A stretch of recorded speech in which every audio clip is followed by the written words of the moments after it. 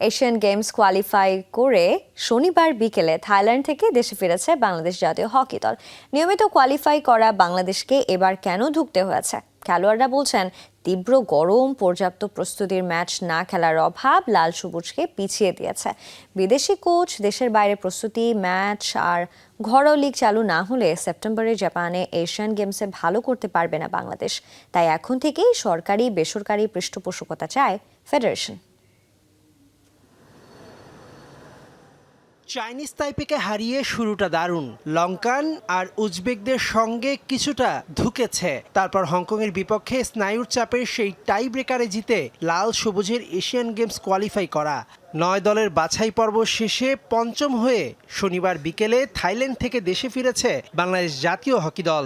আমি অবশ্যই আমাদের টার্গেট ছিল যে আমরা ফাইনাল খেলবো এবং আমি মনে করি যে আমরা এটা ফাইনালের জন্য প্রস্তুত ছিলাম, বাট কিছু সার্বিক কারণে আমরা আর কি কোয়ালিফাই করতে পারি নাই। আমরা একটা জায়গায় স্থির আছে, আমাদের পারফরমেন্সটা বাংলাদেশ হকের একটা জায়গায় স্থির আছে, বাট আপনি যদি দেখেন অন্যান্য টিমগুলো দেখেন তো তারা অনেক ডেভেলপ করছে।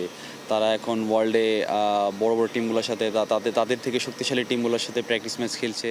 1978 সালে এশিয়ান গেমস খেলার পর কখনো এশিয়ান গেমসে কোয়ালিফাই করেনি হকিতে এমন ঘটনা ঘটেনি বাংলাদেশের ইতিহাসে। তবে এবার সেই সম্ভাবনা জাগালেও শেষ রক্ষা হয়েছে। কোথায় পিছিয়ে যাচ্ছে বাংলাদেশ? থাইল্যান্ডে খেলার একদিন আগে গেছি, ওখানের ওয়েদার, ওখানে যে নতুন টার্ফটা ছিল এটাও অনেক অ্যাডজাস্টেবলের ব্যাপার আছে, যে আমরা যে অ্যাডজাস্ট করবো এটার সাথে, এটাও অনেক সমস্যার ব্যাপার ছিল। যদি আমরা এগুলো আরও ওভারকাম করতে পারি তাহলে হয়তো বা সামনের দিকে আরও ভালো কিছু আশা করা যাবে।